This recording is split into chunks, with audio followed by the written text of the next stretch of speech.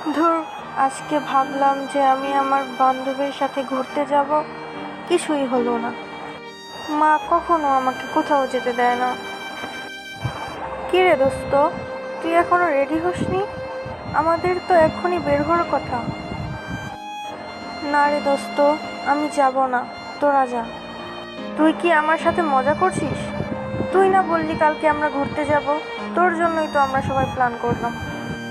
তোকে যেতে কি আন্টি মানা করেছে? তাহলে আমি দেখছি কি করা যায়। আন্টি, আপনি কি জেসিকাকে যেতে মানা করেছেন? আসলে আমরা ভাবছিলাম যে সামনে তো একটা নিউ রেস্টুরেন্ট হয়েছে, সেখান থেকে কিছু খাবার খেতাম সব ফ্রেন্ডরা মিলে। তো আপনি যদি পারমিশন দেন তাহলে ওকে নিয়ে যাই। লেজি, আমি তো যেতে মানা করিনি, কিন্তু জেসিকা তো আমার কোনো কথাই শোনে না।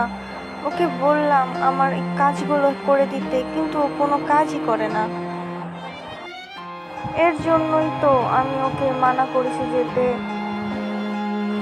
আচ্ছা, তোমরা যদি যেতে চাও তাহলে যাও, কিন্তু সন্ধ্যার আগে বাড়িতে ফিরে আসবে।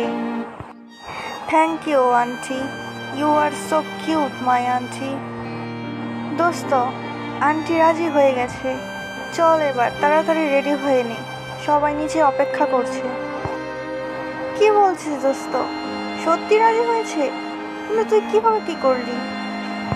ধুর, এসব ছাড়, এসব তো আমার বা হাতের খেল। এখন তাড়াতাড়ি চল, অনেক দেরি হয়ে গেছে।